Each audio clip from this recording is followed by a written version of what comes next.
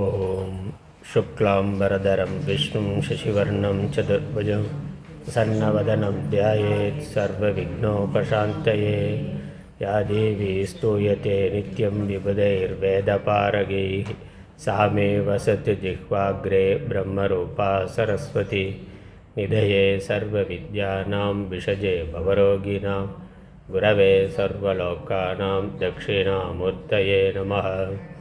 श्रीदक्षिणामूर्तिसुदेशिकेन्द्रं द्वैपायनं सूत्रकृतं मुनीन्द्रं श्रीशङ्करं भाष्यकृतं यतीन्द्रं मद्देशिकञ्चापि नमामि विद्यै. ॐ सहनाववतु सहनौ भुनक्तु सह वीर्यं करवावहै तेजस्विनावधीतमस्तु मा विद्विषावहैः. ॐ शान्ति शान्ति शान्तिः. தந்தைதாயாவானும் சார்கதீங்காவானும் இலா இன்பம் தனக்காவானும் எந்த உயிர்த்தானாகுவானும் ராகுவானும் அருட்கோணாகுவானும் குரு. கோவிலூர் சிதம்பர ஞானதேசிக சுவாமிகள் அருளிய லக்ஷணாவிருத்தி.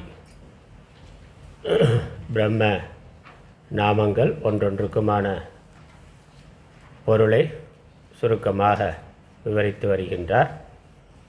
34வது பாடலில் நிராகாரன் என்ற லக்ஷணம் பார்த்தோம்.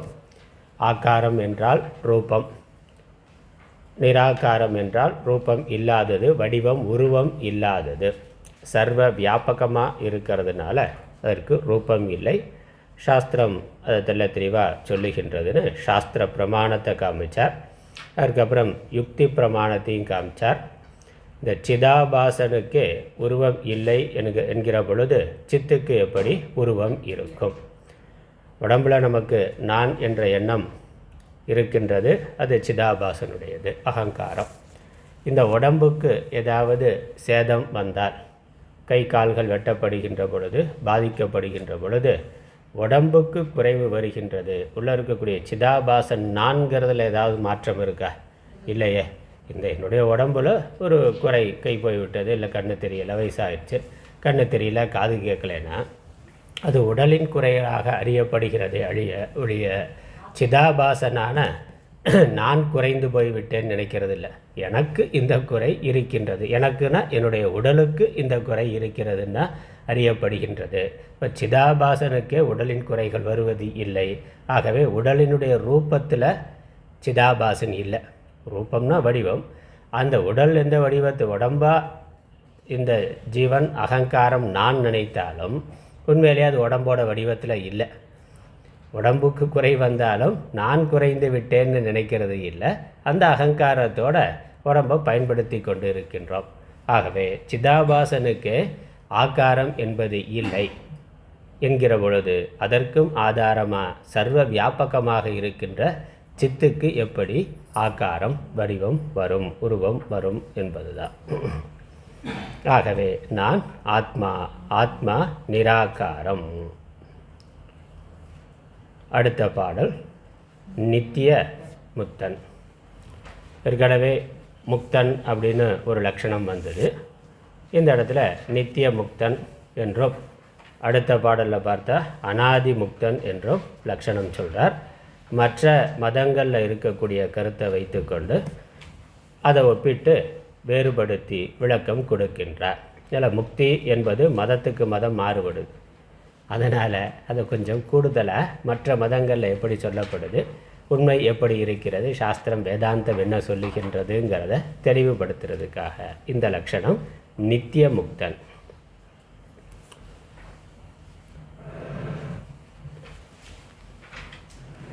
அயர் கருத்தா வாயுமே புசிப்பவனாயும் அனுதினமும் அமர்தலாலே அதன்மமொடு தன்மம் அதனால் நிதம் பெத்தனே அன்றி ஒரு காலும் முத்தன் நயமாக அலன் என்று கர்ம காண்டத்தினில் நண்ணும் ஆன்மா இதென்றே நாடு பிரமாதா வினுக்கும் அஞ்ஞானத்தில் நவில் மலம் கண்மமதனால் உயருதல் இல் பெத்தனாய் உருவன் ஞானத்தினில் உயர் முத்தனாவன் என்றே. உபாசனா காண்டத்தில் ஆன்மா இதென்றுதான் உரைத்திடும் ஜீவனுக்கும் அயலாகி நிருவிகார அவ்வறிவதாம் எமக்கு ஆகும் வெந்தத் தொடக்கும் அணுக்கள் ஒரு காலத்தும் இல்லாதபடியினால் அமர் நித்திய முக்தன் நாமே.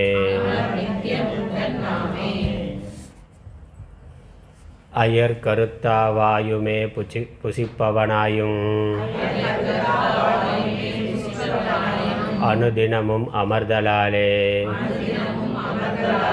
அதன்மமொடு தன்ம மதனால் நிதம் பெத்தனே. அன்றி ஒரு காலும் முத்தன் நயமாக அலன் என்று கர்ம காண்டத்தினில் நண்ணும் ஆன்மா இதென்றே நாடு பிரமாதாவினுக்கும் அஞ்ஞானத்தில் நவில் மலம் கண்மம் அதனால் உயருதலில் பெத்தனாய் உருவன் ஞானத்தினில் உயர் முத்தனாவன் என்றே.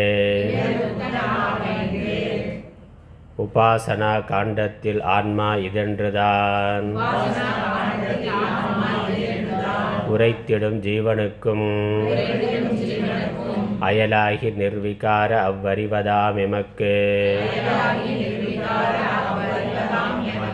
ஆகும் வெந்தத் தொடக்கும்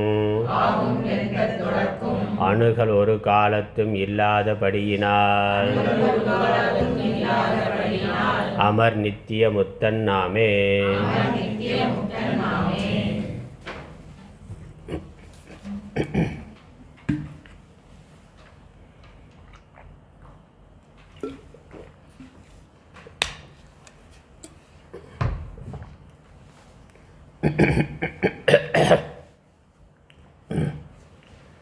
அயர் கர்த்தாவாயுமே புசிப்பவனாயும் அனுதினமும் அமர்தலாலே அதன்மமொடு தன்ம மதனால் நிதம் பெத்தனே. அன்றி ஒரு காலும் முத்தன் நயமாக அலன் என்று கர்ம காண்டத்தினர். அதனால் கர்ம காண்டிகளோட வேதத்தினுடைய பூர்வபாகம் கர்ம காண்டம்னு பேர். கர்மத்தை பிரதானமாக சொல்வது. இப்போ கர்மம் எப்போ செய்யப்பட வேண்டும்னா மரண பரியந்தம் கர்மமானது செய்யப்பட வேண்டும் என்று சாஸ்திர விதி இருக்குது. அதனால் இந்த கர்ம காண்டத்தில் அதனுடைய சித்தாந்தப்படி கர்ம காண்டத்தை பின்பற்றுபவர்களுடைய சித்தாந்தப்படி ஆன்மா இது என்றே நண்ணும். என்னது? ஒரு காலும் முக்தன் நயமாக அலன் என்று கர்ம காண்டத்தில் நண்ணும். ஆத்மா ஒருபோலும் முக்தனாக ஆகாதுன்னா, ஏன்னா அது கர்மவசப்பட்டு இருக்கிறதுங்கிறது அதனுடைய சுரூபம், அதனுடைய சுபாவம். ஆகவே முக்தி என்பது அவர்களை பொறுத்த வரைக்கும் சொர்க்கத்துக்கு போகிறதா முக்தி. சொர்க்கம் நிரந்தரமானா அதுவும் இல்லை. புண்ணியம் இருக்கிற வரைக்கும் அங்கே இருப்பார். புண்ணியம் முடிஞ்சிட்டா திரும்ப வந்துடுவார்.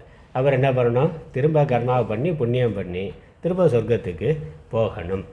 அதனால் நித்திய முக்தன் அப்படிங்கிறது இல்லை. தற்காலிகமாக ஒரு சொர்க்கத்தில் இருக்கிற வரைக்கும் ஒரு முக்தனாக இருக்கலாம். கர்த்தாவாயுமே புசிப்பவனாய், கர்த்தானா கர்த்திருவம், கர்த்தா நான் செய்பவன் என்று வேதத்தில் விதிக்கப்பட்டிருக்கக்கூடிய கர்மாக்களை செய்பவனாக அவன் இருக்கின்றான்.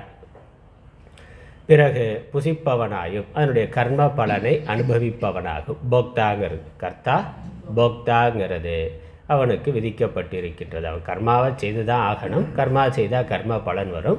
கர்ம பலனை அனுபவிக்கிற பொழுது அவன் போக்தா. அதனால் கர்மா போக்தாக அனுதினமும் அமர்தலாலே ஒவ்வொரு நாளும் எப்பொழுதுமே அவன் அப்படித்தான் இருக்கின்றான்.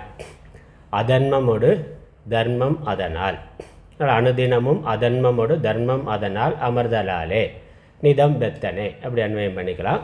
அதர்மத்தோடு எதை செய்யக்கூடாதுன்னு சாஸ்திரம் சொல்லியிருக்கு, எதை செய்ய வேண்டும் என்று சொல்லியிருக்கு. செய்யக்கூடாததை விளக்க வேண்டும், செய்ய வேண்டியதை அனுதினமும் செய்ய வேண்டும் என்று சாஸ்திரத்தில் விதிக்கப்பட்டிருக்கிறதுனால இந்த ஜீவன் எப்பொழுதும் கர்த்தாவாகவும் போக்தாவாகவும் இருக்கிறார். ஏற்கனவே செய்த கர்ம பலனை அனுபவிக்கிற பொழுது போக்தா, புதிதாக இவன் கர்மா பண்ணுற பொழுது கர்த்தா. அதனால் இது ஒவ்வொரு பொழுதுமே இரண்டும் மாறி மாறி தான் இருக்கின்றது.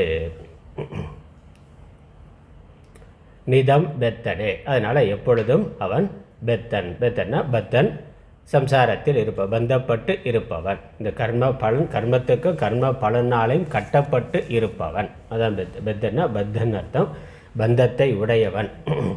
எப்பொழுதுமே கர்ம பலன், கர்ம பலன்கிற கட்டுக்குள் இருப்பவன். அன்றி ஒரு காலும் முக்தன் நயமாக அலன். நீதியா சாஸ்திரம் சொல்கிறபடி இந்த கர்மகாண்டத்தோட கருத்துப்படி ஒரு காலம் அவன் முக்தன் அல்ல என்று கர்ம காண்டத்தினில் நன்றும். இது கர்ம காண்டத்தில் இவ்வாறு சொல்லி இருக்கின்றது. ஆத்மா நன்னும் ஆத்மா இதன்றே. ஆத்மாவுடைய ஸ்வரூபம் உடம்புக்கு வேற ஒன்று இருக்குங்கிறத அவர்கள் ஏற்றுக்கொள்கிறார்கள். ஏன்னா வேறு லோகத்துக்கு போய் புண்ணிய பாப பலனை அனுபவிக்கணும்னாக்க இந்த உடம்போடு போக முடியாதுன்னு தெரியுது. உடம்பை விட்டுட்டு தான் போகிறான். இப்போ உடம்பே ஆத்மா இல்லைங்கிறது தெரிவு. கர்மகாண்டத்தில் உடம்பே ஆத்மா கிடையாது, உடம்புக்கு வேற உள்ள இருந்து கர்மாவை செய்பவனும் கர்மாவை அனுபவிப்பவனுமாக ஒன்று இருக்கின்றது. அது ஆத்மானம். ஆத்மாவே கர்மாவை பண்ணுது, கர்மா பலனை அனுபவிக்கின்றது உடம்பின் வாயிலாக. அது ஒரு உடல் அடுத்த உடல் என்று வேறு வேறு லோகங்களுக்கு சென்று தான் செய்த கர்ம பலனை அனுபவிக்கின்றது. அதான், அதனால் உடம்புக்கு வேற ஆத்மா இருக்குது என்பது அவர்கள் ஏற்றுக்கொள்கிறார்கள். ஆனால் ஆத்மா கர்த்தா போக்தா, கர்மவசப்பட்டவன், கர்ம கட்டுக்குள் எப்பொழுதும் இருப்பவன். அடுத்து உபாசனை, உபாசகர்கள். அதற்கு வேதத்தினுடைய இன்னொரு பாகம் உபாசனையை சொல்லுகின்றது. அல்லது மற்ற ஈஸ்வர பக்தி, மற்ற மதங்களெல்லாம் நாடு பிரமாதாவினுக்கும் அஞ்ஞானத்தில் நவில் மலம் கண்மம் அதனால் உயருதல் இல் பெத்தனாய் ஒருவன். இந்த பிரமாதாவுக்கு அஞ்ஞானத்தினால மலமானது இருக்கின்றது. ஆணவ மலம், கர்ம மலம், மாயா மலம், இப்படி அவித்யா காம கர்ம. நம்ம வேதாந்தத்தில் அவித்யா கர்ம காம கர்மன்னு சொல்கிறோம். அவித்யானால காமத்தினால கர்மா. இது இயல்பாக இருக்கின்றது. அஞ்ஞானம் அனாதியானது. அதனால் அனாதி அவித்யா. அஞ்ஞானம் அனாதியானது. அஞ்ஞான காரியமாக காமம் இருக்குது. காமம், குரோதம், விருப்பு வெறுப்புங்கிறது வருகின்றது. அதனால் தூண்டப்பட்டு கர்மாவை செய்கின்றோம். அதனால் அவித்யா காம கர்மா. மற்ற மதங்கள் அதை வேறு வேறு பெயரில் சொல்லுது. ஆணவ மலம், கர்ம மலம், மாயா மலம் என்று அப்படி பல மலங்கள் இருக்குது. அதனால் இந்த பிரமாதாவிடத்தில், ஜீவனிடத்தில் அஞ்ஞானத்தினால இந்த மலங்கள் இருக்கின்றன. அதனால் அவன் பெத்தனாய் ஒருவன். அவன் எப்பொழுதும் பத்தனாக, சம்சாரியாக, இந்த மலங்களால் பந்தப்பட்டவனாக, கட்டுப்பட்டவனாக, அதனால் இன்ப துன்பத்தை அனுபவிப்பவனாக அவன் இருக்கின்றான். ஆனால் ஞானத்தினில் உயர் முக்தன் ஆவன் என்றே உபாசனா காண்டத்தில் ஆன்மா இதென்றுதான் உரைத்திடும். ஞானத்தில்ங்கிறது அவர்களுக்கு வித்யாங்கிறதே உபாசனை தான். அவித்யானா கர்மா, ஈசாவாசி உபனிஷத்துலாம் பார்க்குறோம். அவித்யாங்கிறது கர்மாவை குறிக்கிறது, வித்யாங்கிறது உபாசனையை குறிக்கின்றதுன்னா. அதனால் ஞானத்தினால்னா அந்த உபாசனா பலத்தினால அவர்கள் முக்தியை அடைவார்கள். அதனுடைய பலனை பெறுகின்ற பொழுது முக்தியை அடைகிற. வெறும் கர்மா மட்டும் பண்ணால் முக்தி இல்லை, உபாசனையும் சேர்த்து பண்ணுற பொழுது அவர்கள் அமிர்தத்துவம் அஷ்ணுதே அப்படின்னு. அமிர்தத்துவம்னா இந்த காலம் சொர்க்கலோகத்தில் இருக்கிறது, வேறு லோகத்தில் இருக்கிறதுங்கிறதா அவர்களுக்கு அமிர்தத்துவம். அல்லது அந்த தேவதா ரூபத்தை அடைந்து சாரூபம், சாமீபம், சாயுஜ்யம், அதுதான் உபாசனா பலன். அதை அடையிறது என்பது தான் முக்தி. ஆனால் முக்திங்கிறது இங்கே இல்லை, வேறு லோகத்தில் இருக்கின்றது. வேறு லோகங்கிற பொழுது கர்ம பலனால் அடையக்கூடிய லோகங்கள் இருக்கின்றன, உபாசனையினால் அடையக்கூடிய லோகங்கள் பிரம்மலோகம் முதலானவை, அந்த லோகங்கள் இருக்கின்றன. அதனால் அந்த ஞானத்தினால் உயர் முக்தன் ஆவன். இப்போ அவன் சம்சாரியாக தான் இருக்கிறான். அது சம்சாரியாக இருக்கிறதுங்கிறத சத்தியமாக கருதுகின்றன. அதே சமயம் இவனுடைய உபாசனா பலத்தினால அவன் முக்தியை அடைய முடியும். அப்போ முக்திங்கிறது ஒரு காலத்தில் வரக்கூடியதாக உபாசனை சொல்லுகின்ற சாஸ்திரங்கள் உபாசனா காண்டமானது கூறுகின்றது. வேதாந்தம் என்ன சொல்லுது கடைசியாக? வேதமே 3 பகுதி. ஒன்று கர்மம் உபாசனை, இன்னொன்று ஞானம் ஞானகாண்டம்ங்கிற வேதாந்தம். ஜீவனுக்கும் அயலாகி நிர்விகார அவ்வறிவதாம் எமக்கு ஆகும் பெந்த தொடக்கம்ங்கிறது தொடக்கம்னா பெந்த தொடக்கம் அணுகல் ஒரு காலத்தும் இல்லாதபடியினாலே இந்த ஆத்மாவுக்கு ஜீவனுக்கும் அயலாகி ஜீவனுக்கும் வேறாக இருக்கின்றான். மற்ற இந்த கர்ம உபாசனா காண்டங்கள் ஜீவன்கிறதையே ஆத்மாவாக சொல்லுது. அதுக்கு மேலே அடுத்தபடிக்கு போகிறதில்ல. உடம்புக்கு வேற ஒரு ஜீவன் இருக்கிறார், சூக்ஷ்ம சரீரம் இருக்குது, அதில் அபிமானி இருக்கிறான். நம்ம ஸ்தூல சரீரத்தை விட்டுட்டு சூக்ஷ்ம சரீரத்தோட வேலை லோகத்துக்கு போகிறான், அங்கே புண்ணிய பாவ பலனை அனுபவிக்கிறான். அவ்வளோதான். அந்த ஜீவனுக்கு மேலே பிரதிபிம்ப சைத்தன்யங்கிறதெல்லாம் இல்லை, ஜீவனே தான் ஆத்மா அப்படிங்கிறது அங்கே. இங்கே என்னது? ஜீவனுக்கும் அயலாகி. வேதாந்தத்தில் என்ன சொல்லுது உபனிஷத்துக்கள்? ஜீவனுக்கும் அயலாகி. துவாசுபர்ணா மந்திரங்கள்லாம் இருக்கு. 2 பறவைகள் இருந்ததுன்னா ஒன்று அனுபவிச்சுக்கிட்டு இருக்கு, ஒன்று சாட்சியாக பார்த்துக்கிட்டு இருக்குனாக்க. அப்போ ஜீவன் இருக்கிறான், ஜீவனுக்கு வேறாக ஒரு ஆத்மா இருக்கின்றது. அதனால் ஜீவனுக்கும் அயலாகி நிர்விகாரமாக அவ்வறிவதாம் எமக்கு ஆகும். அதை அறிகின்ற அந்த நிர்விகாரனாக இருந்து ஜீவனையும் ஜீவன் செய்கின்ற கர்மாவையும் அது கர்ம பலனை அனுபவிப்பதையும் பார்த்து கொண்டிருக்கின்ற அறிவு, அந்த அறிவதாம் எனக்கு, அதையும் அறிகின்ற அறிவாகிய எனக்கு, சாட்சியாகிய ஆத்மாவாகிய எனக்கு ஆகும் பெந்த தொடக்கம் ஒரு காலத்தும் இல்லாதபடியினால். அதனால் இந்த பந்தம் ஏற்படுதல் என்பது ஒரு காலத்திலும் இல்லை. பந்தம் வர்றதுங்கிறது பந்தத்தில் இருக்கிறேன் என்பதே இல்லை. பந்தம் விடுதலை ஆகணும், பந்தத்திலிருந்து விடுதலை அடையணும் நினைக்கிறமே ஒழிய பந்தத்தை அடைந்தோம் என்பது ஒரு பொழுதும் இல்லை. அறியாமையினால் பந்தம் அடையப்பட்டதாக நினைக்கப்பட்டிருக்கின்றது. அதனால் ஆத்மா எப்பொழுதுமே நித்திய முக்தமாக இருக்குது. அது ஒரு பொழுதும் கர்மாவை செய்யவில்லை, கர்ம பலனை அனுபவிப்பது இல்லை. அறியாமையில் இருக்கிற ஜீவன் பந்தத்தை அடைந்ததாக நினைக்கின்றான். அதில் பெந்த தொடக்கம் அணுகல் ஒரு காலத்தும் இல்லாதபடியினால். ஞானம் வந்த பிறகு முக்திங்கிறது இல்லை ஆத்மாவுக்கு ஞானம் வந்த பிறகு முக்திங்கிறது இல்லை, அது நித்திய முக்தம். ஞானம் இல்லாத பொழுது மனசு அஜ்ஞானத்தினால் மூடப்பட்டு இருக்கக்கூடிய மனசு தன்னை பத்தனாக கருதியது. அந்த மனசுக்கு தான் முக்தி என்ற விடுதலை. மந்திரம் சொன்னேன், மனையேவ மனுஷியானாம் காரணம் பந்த மோக்ஷ யோகம். பந்தமும் மனசுக்கு தான், மோட்சமும் மனதுக்கு தான். மனது தான் அறியாமையினால் பந்தத்தை அடைந்திருக்கின்றது. பிறகு ஞானத்தினால் அந்த அறியாமை நிவர்த்தியாகின்ற பொழுது அதிலிருந்து விடுதலையை அடைகின்றது. நான் ஆத்மா என்று புரிந்து கொண்டு விடுதலையை அடைகின்றது. அஜ்ஞானம், அஜ்ஞான காரியமான அத்தியாசம் 2 இருக்குது. ஆவரண சக்தி, விக்ஷேப சக்தி. மாயையினுடைய 2 சக்தி. ஆவரண சக்தி சொரூபத்தை மறைக்குது, அவித்யா. விக்ஷேப சக்தி என்ன பண்ணுது? இந்த இன்னொன்றை அனாத்மாவை ஆத்மாவாக காட்டுகின்றது. நான் ஆத்மாங்கிறத ஆவரண சக்தி மறைத்திருக்கின்றது. சரீரத்தை, அனாத்மாவை ஆத்மா என்று விக்ஷேப சக்தியானது நினைக்க செய்கின்றது. அதுதான் பந்த காரணம். இப்போ இந்த 2ம் சாஸ்திர சிரவணத்தினால நீங்குகின்ற பொழுது சொரூபம் விளங்குகின்றது. அதனால் ஆத்மா நித்திய முக்தமாக இருக்கின்றது, ஒரு காலத்தும் இல்லாதபடினால். அதனால் பெந்த தொடக்கம் அணுகல், பெந்தம் வந்து சேர்தல் என்பது ஒரு காலத்தும் இல்லாதபடியினால், ஒரு பொழுதும் எனக்கு இல்லை என்பதனால் அமர் நித்திய முக்தன் நாமே. நாம் நித்திய முக்தராக இருக்கின்றோம். ஆத்ம லட்சணம், நான் நித்திய முக்தன். என்னை நான் பத்தன் என்று நினைத்து கொண்டிருந்த பொழுதும் முக்தனாகவே இருந்திருக்கிறேன். ஆத்மா முக்தனாகவே இருந்திருக்கின்றது. அதனால் கர்ணன் ராதேயன் நினைத்து கொண்டு இருக்கிற பொழுதும் அவன் கவிதையன் தான். கர்ணன் தான் யாருன்னு தன்னுடைய அம்மா அப்பா அவனுக்கு தெரியாமல் இருந்தது, யார் அப்படிங்கிறது தெரியாமல் இருந்தது.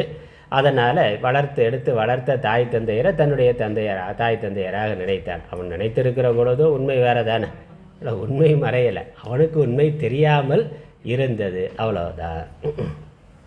அதே தான் அனாதி முக்தன் அடுத்த லட்சணம். அதனால் நித்திய முக்தன், முக்தன்கிறது மட்டும் இல்லை, நான் நித்திய முக்தன். அதான் வேதாந்தத்தோட சிறப்பான விஷயம். மற்ற எல்லா மதங்களுமே இந்த அத்வைதத்தை தவிர, அத்வைத சித்தாந்தத்தை தவிர மற்ற வைதிக மதங்கள், வைதிக விரோதமான மதங்கள், ஆஸ்திக நாஸ்திக மதங்கள் எல்லாமே முக்திங்கிறது அது ஒரு காலத்தில் அடையக்கூடியதாகத்தான் சொல்லுது. ஏன்னா துவைத்தம்ங்கிறது இந்த ஜெகத் சத்தியம்னு சொல்கிறதுனால இதிலிருந்து விடுதலை அடைதல் என்பது தான் முக்தி என்பது அவர்கள் கருத்து. ஆனால் வேதாந்தம் சாஸ்திரம் தெல்ல தெளிவாக சொல்லி இருக்கு, அத்வைத்தம் தான் சத்தியம், அத்வைத்தம் தான் இருக்குங்கிறதுனால முக்தி என்பது ஆத்மாவுக்கு நித்திய ஸ்வரூபமாக இருக்கின்றது.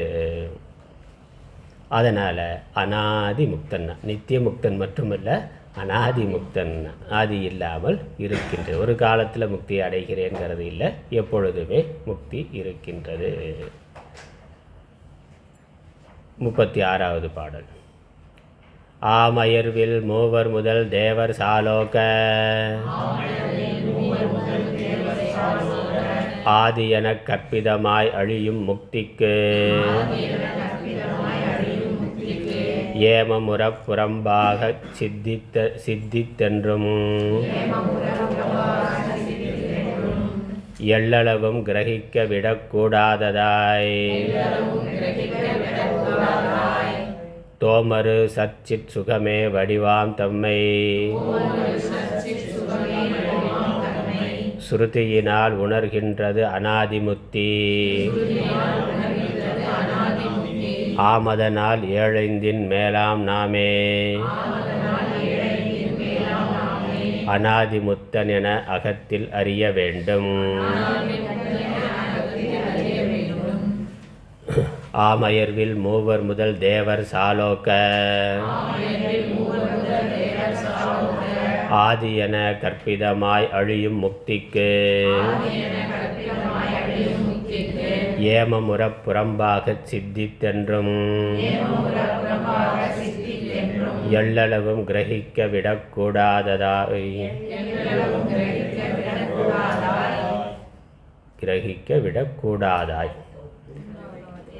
எள்ளளவும் கிரகிக்க விடக்கூடாதாய் தோமரு சச்சித் சுகமே வடிவாம் தம்மை ஸ்ருதியினால் உணர்கின்றது அநாதிமுக்தி. ஆமதனால் ஏழைந்தின் மேலாம் நாமே அநாதிமுத்தன் என அகத்தில் அறிய வேண்டும்.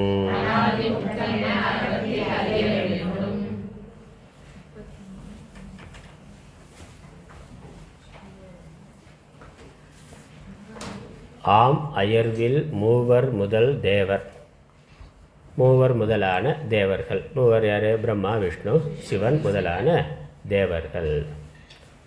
அவர்கள் அருளால் கிடைக்கின்ற சாலோக பிரம்மலோக பிராப்தி அல்லது வைகுண்ட பிராப்தி, கைலாச பிராப்தி இருக்கே, அது அவர்களுடைய 3 தேவர்களால் அருளப்படுகின்ற புத்தி. அவர்களுடைய லோகத்துக்கு அழைத்து செல்வது என்பது தான். நல்ல சிவபக்தனாக இருந்தால் சிவகணங்கள் கூட்டு போவாங்க, சிவகணங்களில் கைலாசத்துக்கு அழைச்சிட்டு போவாங்கன்னு.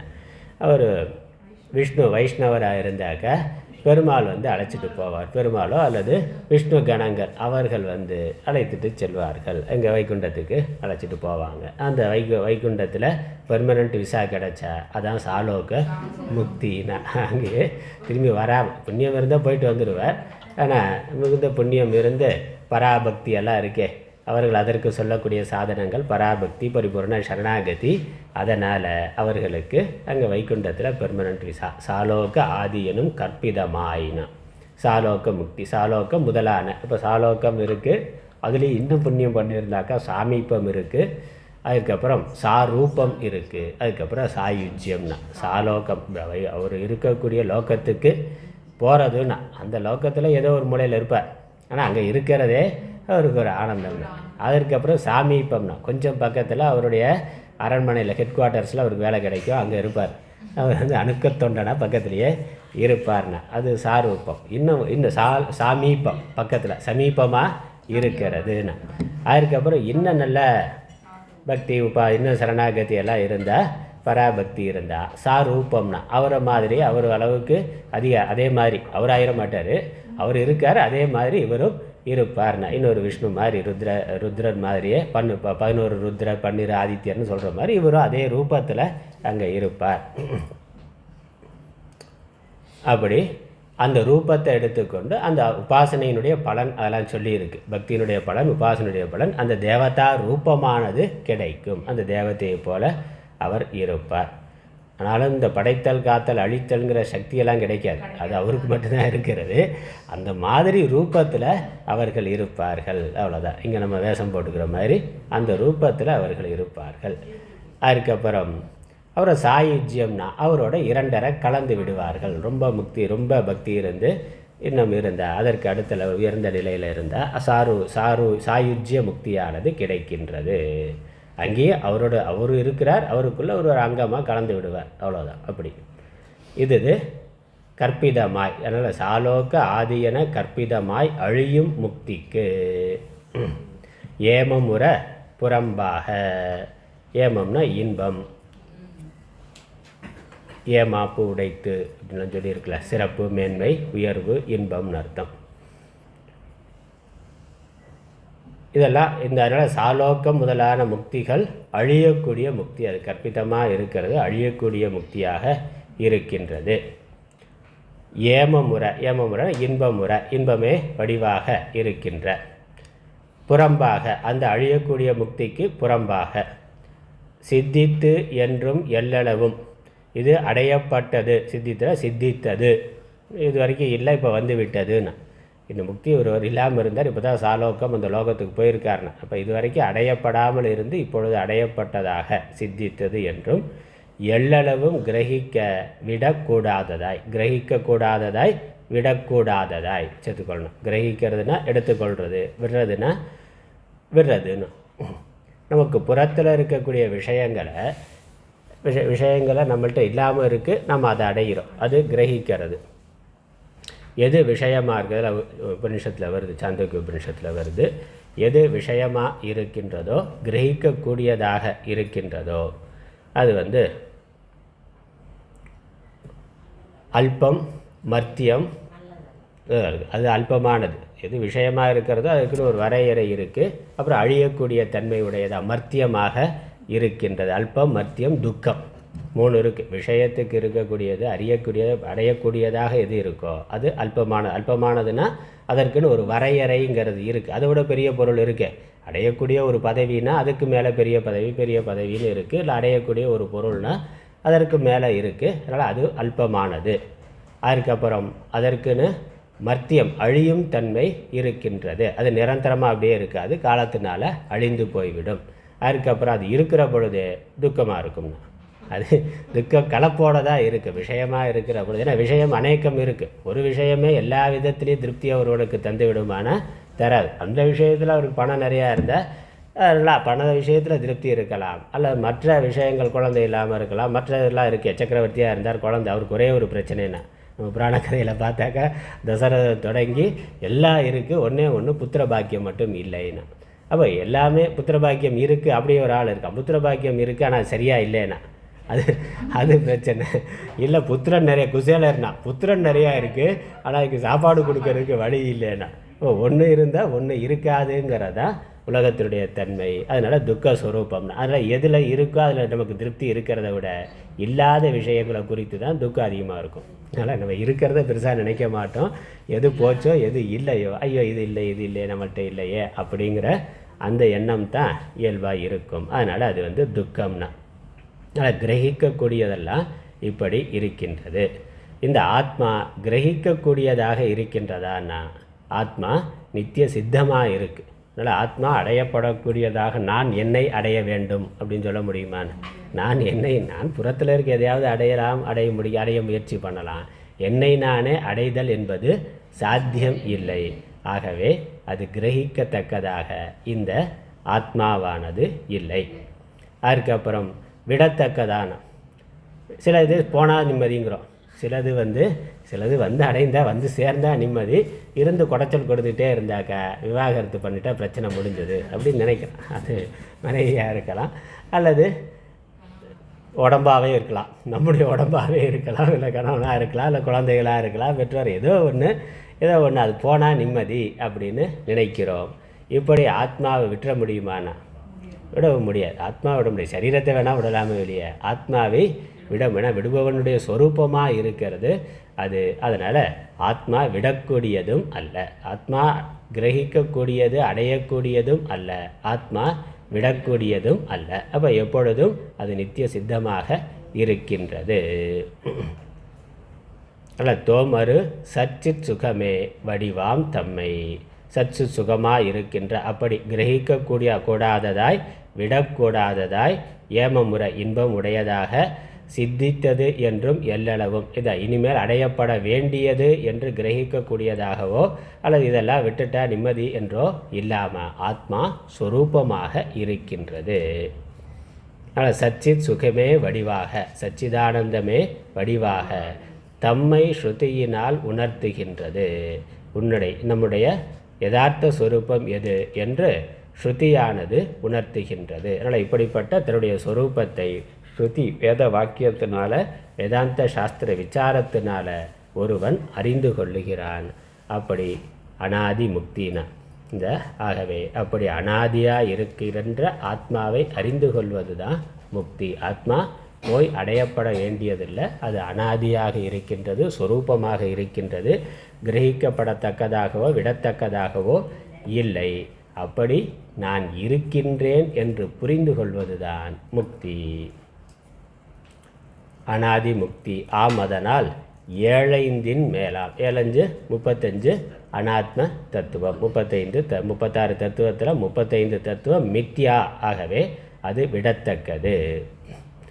விடத்தக்கதுன்னா அங்கேயும் மித்தியான்னு புரிஞ்சுக்கிட்டா போதும், விடுறதுக்கு ஒன்றும் இல்லை. பொருள் உண்மையிலே இருந்தால் தானே விட முடியும். அது மித்தியான்னு புரிந்து கொண்டால் போதுமானது. காணல் நீரை விடுதல்னா காணல் நீரை விட வேண்டாம், விட முடியாது, ஏன்னா அது இல்லவே இல்லை. அது இருக்குன்னு நினைத்தது புத்தியினுடைய தோஷம். புத்தியிலிருந்து அந்த சத்தியத்துவத்தை நீக்கிறது என்பது தான் விரல். அது பாட்டுக்கு இருந்துட்டு போகுது, அதனால் நமக்கு ஒன்றும் பிரச்சனை இல்லை. அது உண்மை என்று நினைக்கிறது தான் பிரச்சனை. அதனால் கயிற்றில் இருக்க பாம்பை விட்டுட்டேன்னா பாம்பை விட வேண்டாம், பாம்பு அங்கே இல்லவே இல்லை, இருக்கிறதா புத்தியில் நினைச்சோம், அந்த நினைப்பை விட்டு விட்டால் போதுமானது. அதனால் 7 மேலாம் நாமே அனாதி முக்தன். இந்த 35 தத்துவங்களுக்கும் மித்யாவான 35 தத்துவங்களுக்கும் மேலாக இருக்கின்ற சத்தியமான அனாதி முக்த ஸ்வரூபமான ஆத்மா நான் என்று புரிந்து கொள்ளுதல். நாமே அனாதி முக்தன், ஆத்மாவாகிய நாமே அனாதி முக்தன் என அகத்தில் அறிய வேண்டும் என்று மனதில் அறிய வேண்டும், சிந்திக்க வேண்டும்.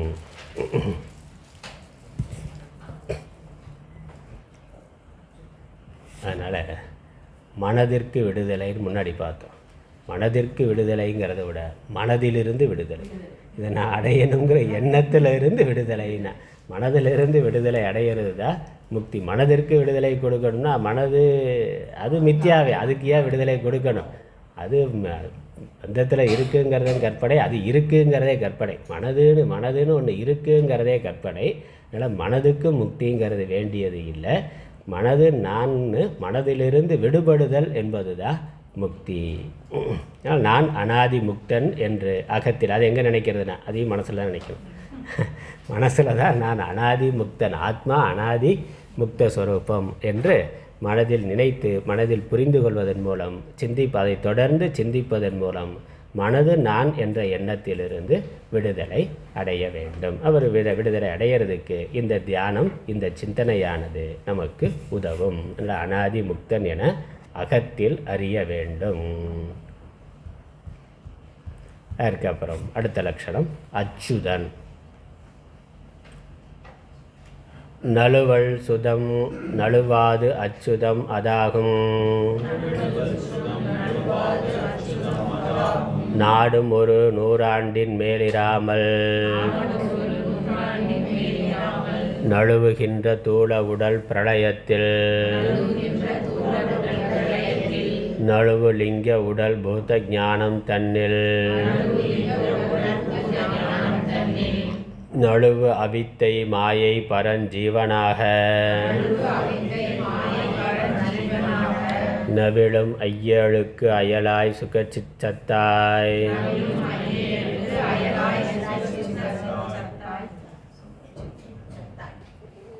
சுக சித்து சத்தாய். சத்து சித்து ஆனந்தத்தை மாற்றி போட்டிருக்கிறார். அவ்வளோதான். சுக சித்து சத்து ரிவர்ஸில் வந்துருக்கிறார். நழுவல் இல்லாது எக்காலும் தானே ஆக நன்னி விளங்கிடுதலின் அச்சுதன் நாம் ஆகும்.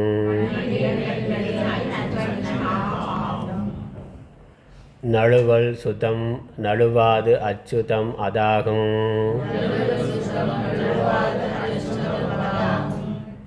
நாடும் ஒரு நூறாண்டின் மேலிராமல் நழுவுகின்ற தூள உடல் பிரளயத்தில் நழுவுலிங்க உடல் பூத ஞானம் தன்னில் நழுவு அவித்தை மாயை பரஞ்சீவனாக நவிழும் ஐயழுக்கு அயலாய் சுகச்சித்தத்தாய் நழுவல் இலாது எக்காலும் தானே ஆக நன்னி விளங்கிடுதலின் அச்சுதன் நாம் ஆகும்.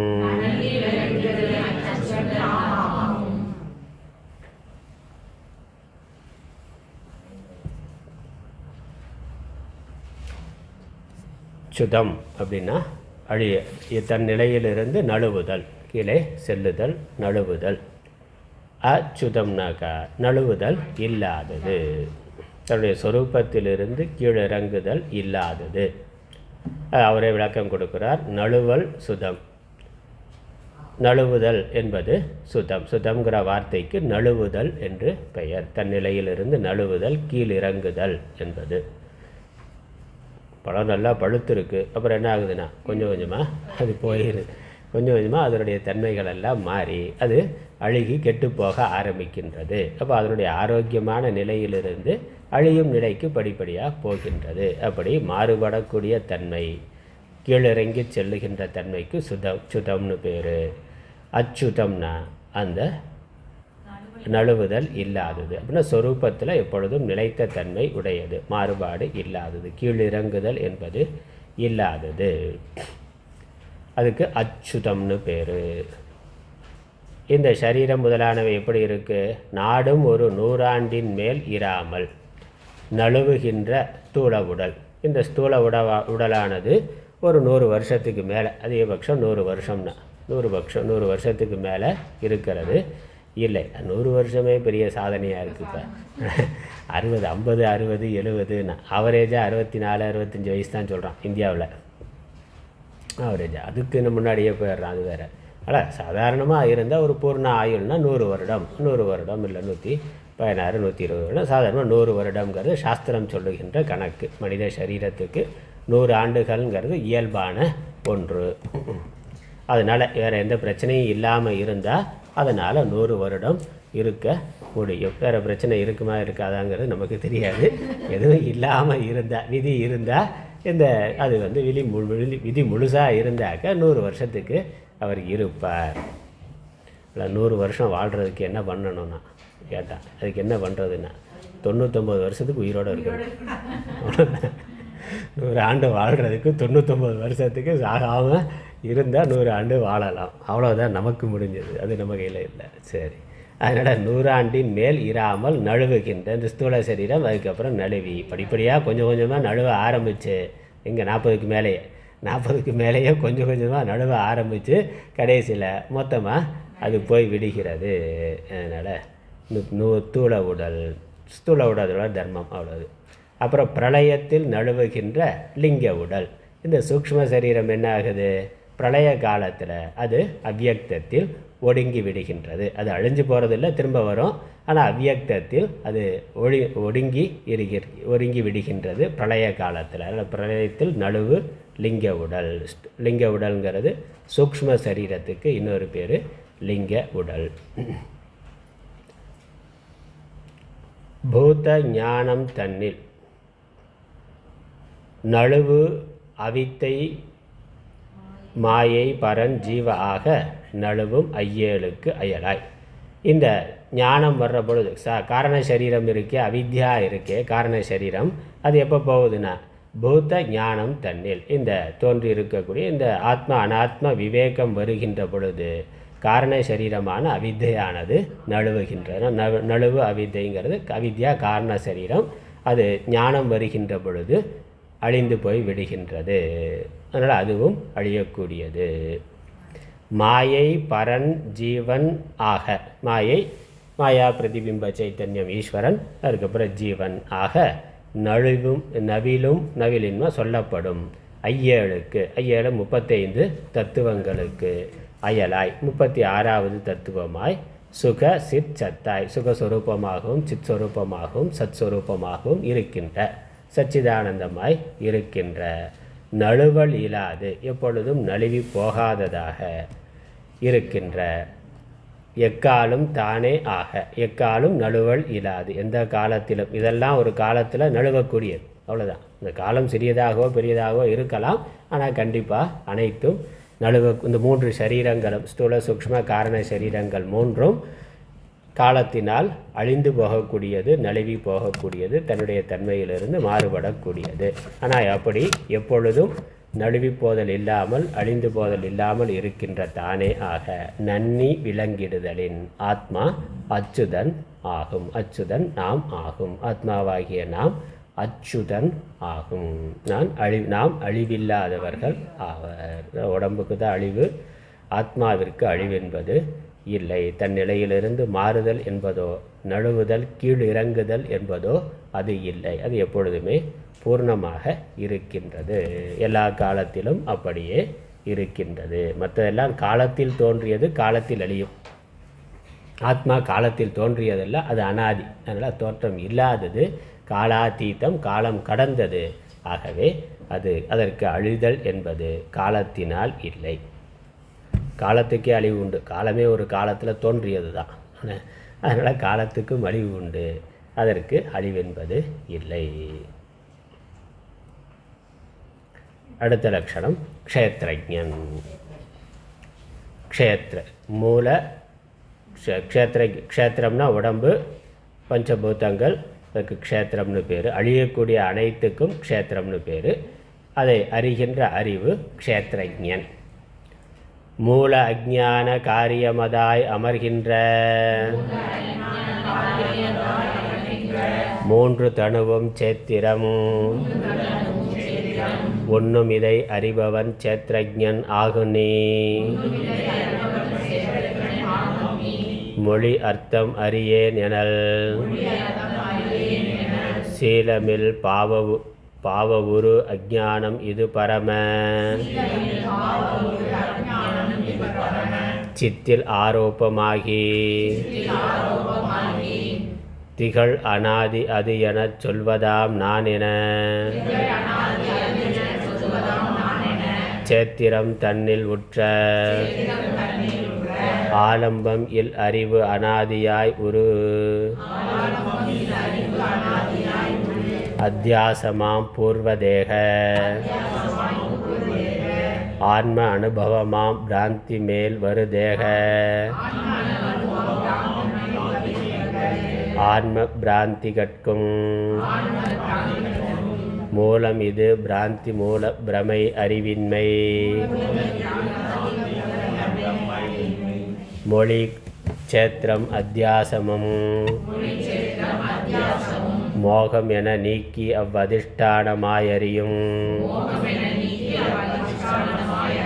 முரணில் நாம் சேத்ரஜ்ஞன். மூல அஜ்ஞான காரியமதாய் அமர்கின்ற 3 தனுவும் க்ஷேத்திரம் உண்ணும் இதை அறிபவன் க்ஷேத்ரஜ்ஞன் ஆகும் நீ. மொழி அர்த்தம் அறியேன் எனல் சீலமில் பாவவுரு அஜ்ஞானம் இது பரம சித்தில் ஆரோப்பமாகி திகழ் அனாதி அது எனச் சொல்வதாம் நான் என க்ஷேத்திரம் தன்னில் உற்ற ஆலம்பம் இல் அறிவு அனாதியாய் ஒரு அத்தி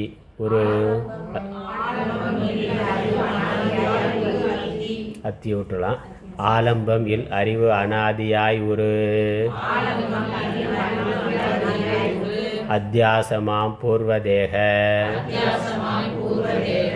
ஆன்ம அனுபவமாம் பிராந்தி மேல் வருதேக ஆன்ம பிராந்திகட்கும் மூலம் இது பிராந்தி மூல பிரமை அறிவின்மை மொழி க்ஷேத்திரம் அத்தியாசமும் மோகம் என நீக்கி அவ்வதிஷ்டானமாய் அறியும் முரணில் நாம் க்ஷேத்ரஜ்ஞன்.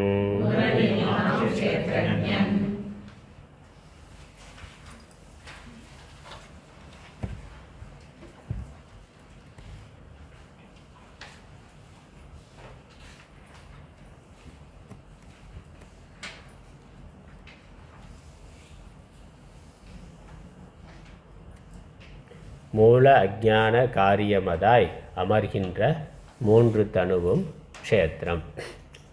மூல அஜ்ஞானம் சகலத்திற்கு மூலமாக இருக்கக்கூடிய மாயை, எல்லா அத்தியாசங்களுக்கும் எல்லா தோற்றங்களுக்கும் சிருஷ்டிக்கும் காரணமாக இருக்கின்ற அஜ்ஞானம் மூல அவித்யா. அதனுடைய காரியமாக அமர்கின்ற மூன்று தனுவும் க்ஷேத்திரம். காரண சரீரம், சூக்ஷ்ம சரீரம், ஸ்தூல சரீரம் மூன்றும் க்ஷேத்திரம் ஆகும். மூன்று சரீரத்துக்கு க்ஷேத்திரம்னு பேர். இது எதனுடைய காரியம்? அஜ்ஞான காரியம். மூல அஜ்ஞானம் சொல்கிறார். இந்த அவித்யாங்கிறது அஜ்ஞானம்தான். ஆனால் இது இந்த ஜீவ சரீரமாக இருக்கிறதுனால, வியஷ்டியாக சின்னதாக இருக்கிறதுனால அதற்கும் மூலமாக இருக்கக்கூடிய மாயை மூல அஜ்ஞானம்னு சொல்லப்படுகிறது. மூல அவித்யானா மாயா என்பது தான், மாயா தத்துவம். அந்த மாயையினுடைய காரியமாகத்தான் சூக்ஷ்ம ஸ்தூல சரீரங்கள் வந்திருக்கு. அது ஜீவ உபாதியாக இருக்கிற பொழுது அவித்யா என்று சொல்லுகின்றோம். அதனால் மூன்று தனுவும் க்ஷேத்திரம். இந்த மூன்று உடம்புக்கும் க்ஷேத்திரம்னு பேர்.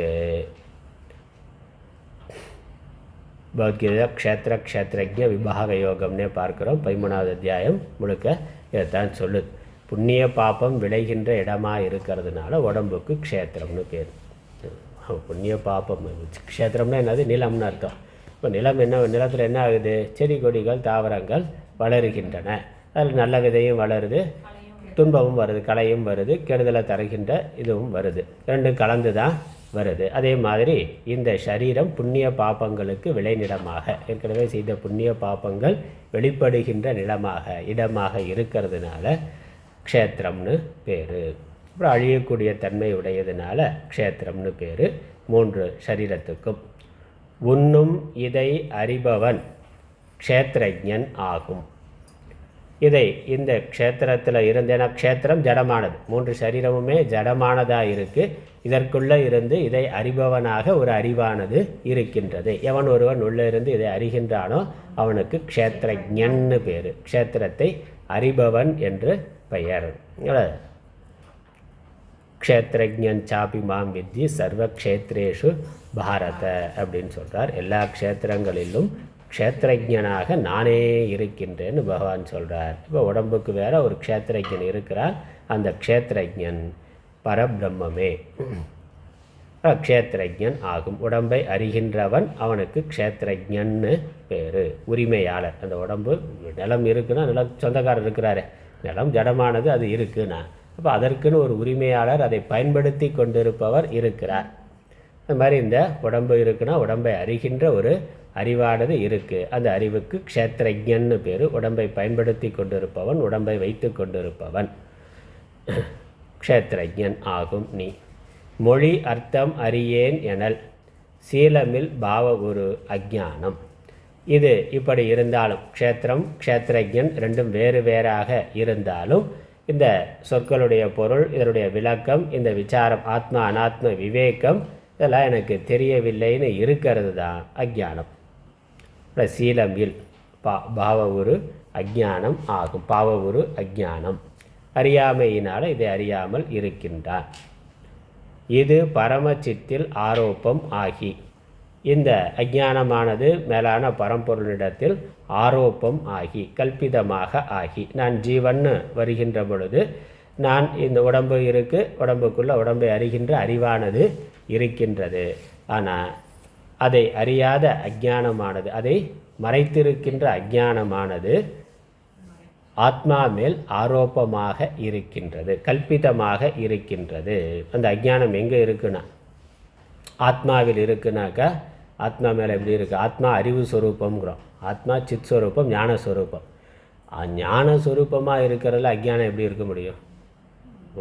விளக்குன்னா அது பிரகாசமாக இருக்கிறது. பிரகாசமாக இருக்கிற விளக்கில் இருட்டு இருக்க முடியுமா?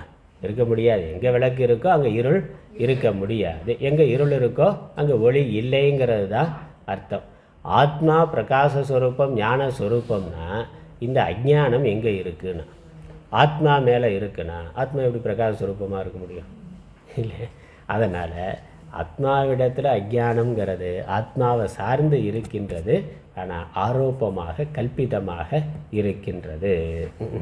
அது சத்தியம் இல்லை. அதனால் அஞ்ஞானம் இந்த மாயா சத்தியம் இல்லைன்னு சொல்கிறதுக்கு காரணம் அது. மாயைக்கு ஆசிரியம் எது, மாயைக்கு ஆசிரியம் எது, விஷயம் எதுங்கிறது ஒரு கேள்வி.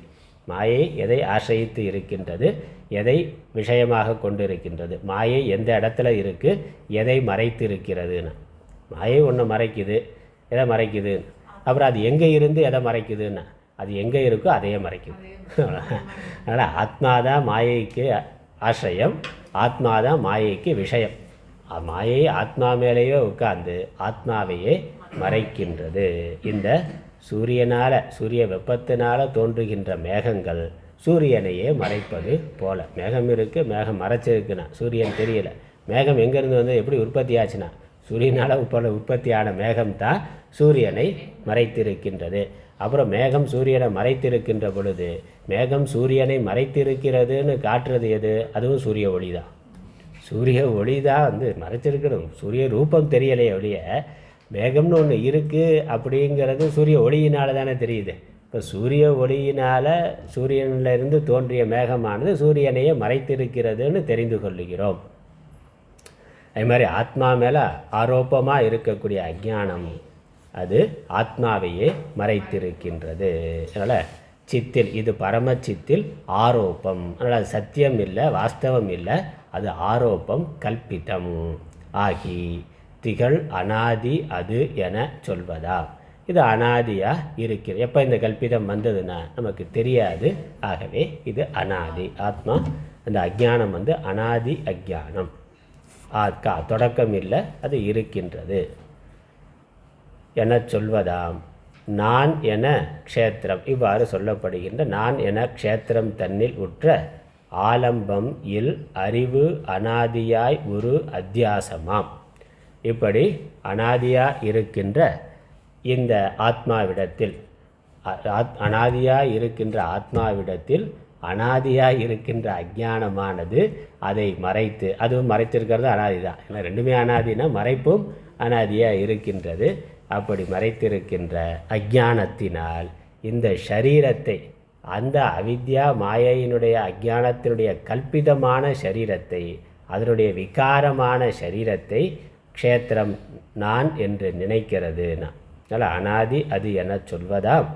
நான் என க்ஷேத்திரம் தன்னில் உற்ற ஆலம்பம் இல் அறிவு அனாதியாய் ஒரு அத்தியாசமாம். இந்த சரீரம்ங்கிறதும் அத்தியாசம். ஆத்மா மேலே அஜ்ஞானம் ஆரோப்பமாக இருக்குது. அந்த அஜ்ஞான காரியமான சரீரங்களும் ஆரோப்பமாக இருக்கின்றது, கல்பிதமாக இருக்கின்றன. அனாதியாய், அதனால் ஆலம்பம் இல் அறிவு, ஆலம்பத்தை பற்றிய ஆலம்பம்ங்கிறது ஆலம்பனம், ஆலம்பனம்ங்கிறது ஆதாரமாக இருக்கக்கூடிய ஒன்று. அதன் மேல் அதை பற்றிய விவேகம் இல்லாமல் அறிவு, ஆலம்பம் இல் அறிவு அனாதியாய் ஒரு அத்தியாசம்.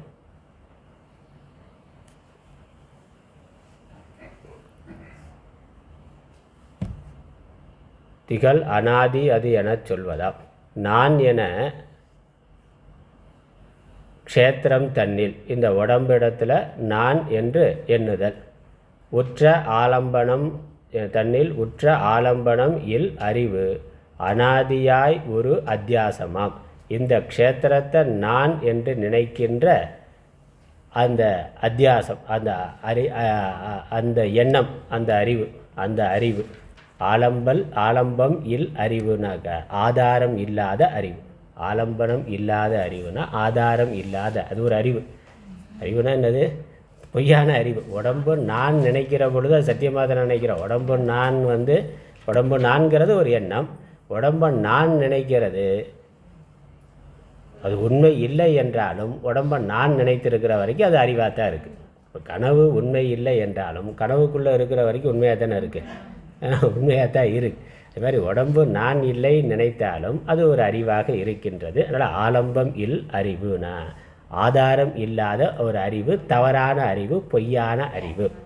கயிற்றில் நான் பாம்பை பார்க்கிறேன்னா, கயிற்றில் பாம்பை பார்க்கிறேன்னாக்கா அது பார்க்க முடியாது. கயிறு பார்த்தா பாம்பு பார்க்க முடியாது. இப்போ பாம்பு இருக்குது அப்படின்னு ஒருவன் சொல்கிறது அறிவா அறிவில்லையான்னு அதை பார்த்து சொல்கிறான். அது உண்மையான அறிவு இல்லை, பொய்யான அறிவு.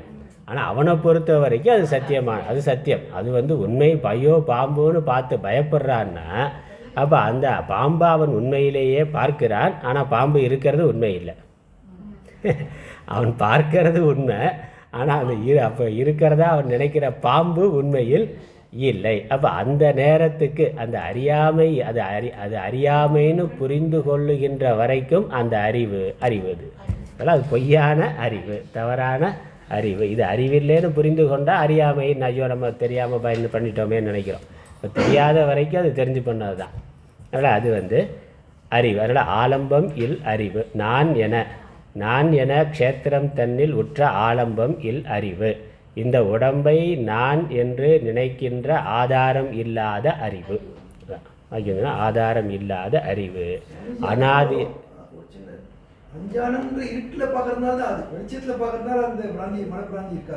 ஆமாம், விஞ்ஞானம் ஏற்கனவே அத்தியாசம் இருக்கிறதுனால அடுத்த அத்தியாசம், ஒரு அத்தியாசத்தினால அதற்கு மேலே இன்னொரு அத்தியாசம் வருது. ஒரு தவறு இன்னொரு தவறுக்கு காரணமாக இருக்குல்ல. அதனால் முதல் தவறு அஞ்ஞானம் மறைத்தது. அது ஏன் மறைச்சதுங்கிற கேள்விக்கு பதில் இல்லை. அதனால தான் அது அனாதின்னு சொல்லியாச்சு. ஆனால் அந்த மறைப்புனால் இந்த உடம்பை நான் என்று அவன் அதற்கு மேலே நினைக்கிறான். ஆலம்பம் இல் அறிவு அனாதியாய் ஒரு அத்தியாசமாம். இதுவும் அனாதியாக இருக்குது. இந்த அத்தியாசமும் அனாதியாக இருக்கின்றது. ஏன்னா ஆத்மா அனாதியாக இருக்குது, அதனிடத்தில் அஞ்ஞானமும் அனாதியாக இருக்கின்றது. ஆகவே இந்த அத்தியாசமும் சரீரம் நான்கிறதும் அத்தியாசமும் அனாதியாக இருக்கின்றது. அனாதியாய் ஒரு அத்தியாசமாம். பூர்வ தேக ஆன்ம அனுபவமா பிராந்தி மேல் வரு தேக ஆன்ம பிராந்திகற்கும் மூலம். முந்தின பிறவியில், பூர்வ தேகம்னா முந்தின பிறவிகளில் ஒரு உடம்பு எடுத்துக்கொண்டு இருந்தான். அந்த உடம்பில் இருக்கிற வரைக்கும் அந்த உடம்பு தான் நான் நினச்சான். அங்கே ஆத்ம ஞானம் இல்லை. ஆத்ம ஞானம் இருந்திருந்தால் இந்த உடம்புக்கு வந்திருக்க மாட்டார். இந்த உடம்புக்கு அவர் வந்திருக்கிறார், அடுத்து இன்னொரு உடம்புக்கு வந்திருக்கிறாருன்னா என்ன அர்த்தம்? முந்தின பிறவியில் இருந்த வரைக்கும் அந்த உடம்பு வேறு நான் வேறுங்கிற விவேகம் இல்லை. அந்த உடம்பு தான் நான்கிற எண்ணமானது அவனுக்கு இருந்தது. அதனால் ஆன்ம அனுபவம்னா பூர்வ தேக ஆன்ம அனுபவம்னா பூர்வ தேகத்தில் அதுவே நான் என்று நினைத்திருந்த அந்த அனுபவமானது அது என்னாச்சு? அனுபவமாம் பிராந்தி. அந்த அனுபவம், அந்த எண்ணம், அது பிராந்தி, அது மயக்கம், அது அறியாமை, தவறுதலாக வந்தது. அது என்னாச்சு? அதுதான் இந்த தேகம் வருவதற்கு காரணமாக இருக்கின்றது. அதனால் ஆன்ம அனுபவமாக பிராந்தி மேல் வரு தேக ஆன்ம பிராந்திகற்கும் மூலம்.